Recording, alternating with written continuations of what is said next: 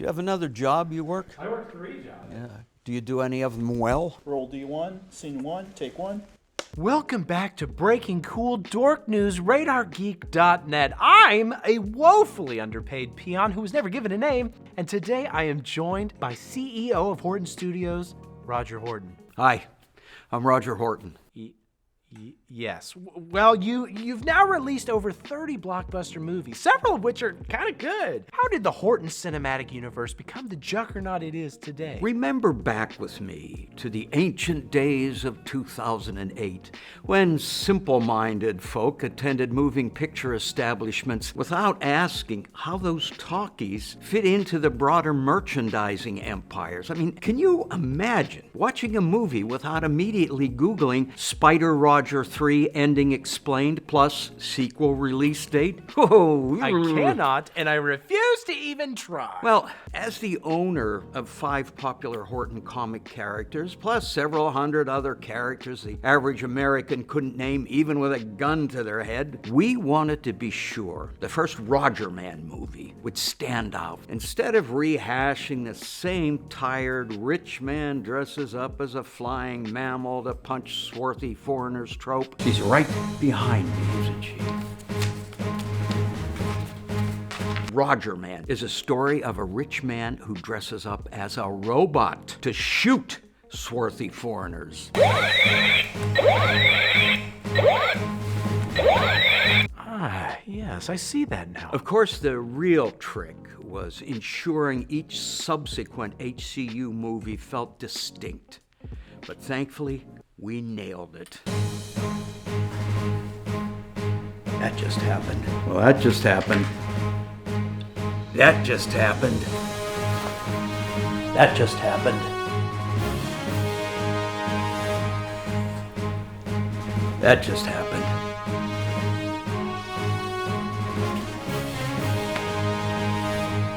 That just happened. That did just happen. Amazing. But how do you convince viewers to come back for sequel after sequel? It's called the sunk cost of just making great stuff.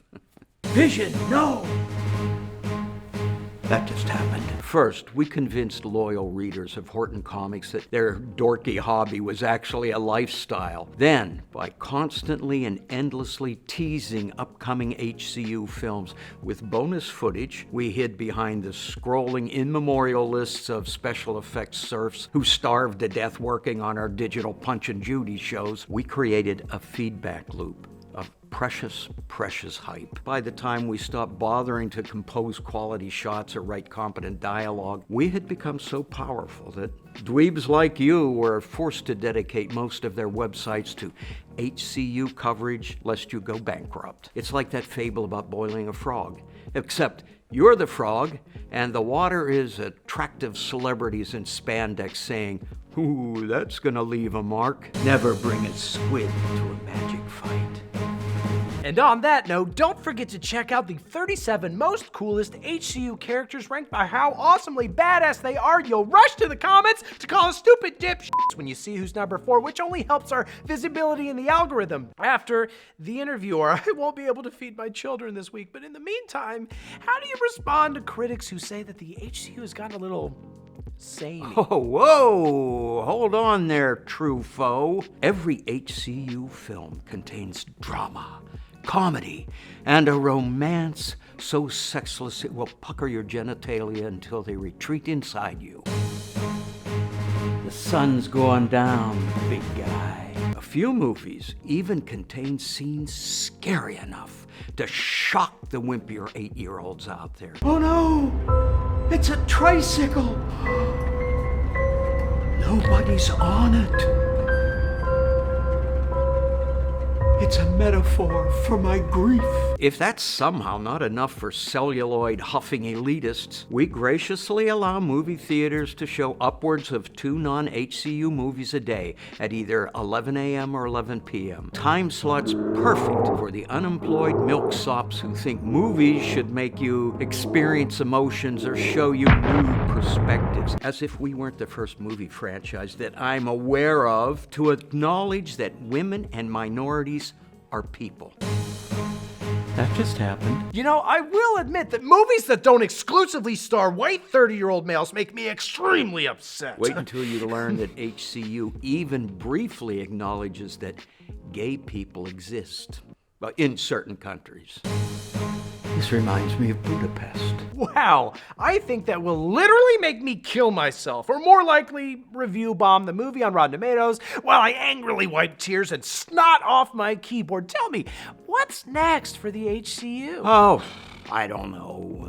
Probably a half a dozen TV shows featuring once promising talents we'll entice with yacht money, then lock deep in the bowels of our content mines. I am excited for Space Roger, and to write an article that says shocking Space Roger fan theory that we stole from Reddit before 300 other identical competitors write the exact same article. We're gonna get that scoop. Oh, let me warn you, whatever you think is happening in that show, it's not. Because if we actually did the cool thing you're thinking we're doing, then we'd have nothing to tease for future releases. By the way, stay tuned for our next video, 45 massive Airbud Origins plot holes you missed, plus the plot of the novel I once dreamed of writing before such things became impossible.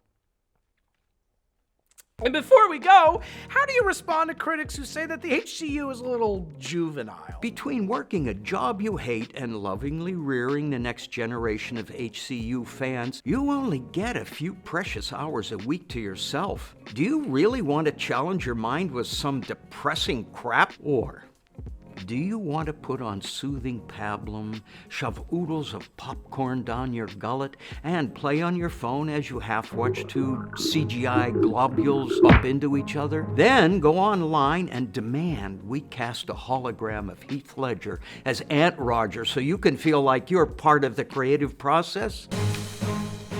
Pretty neat, ain't it? It's called art. And I wish people would give it more credit. Well put. I've been Roger. And remember, as Roger Bott once said, what are movies but corporate profits persevering? That line gets me every time. Yeah, sure, whatever, you f***ing dweeb. Can somebody take this off of me? Unless you want me to take this with me.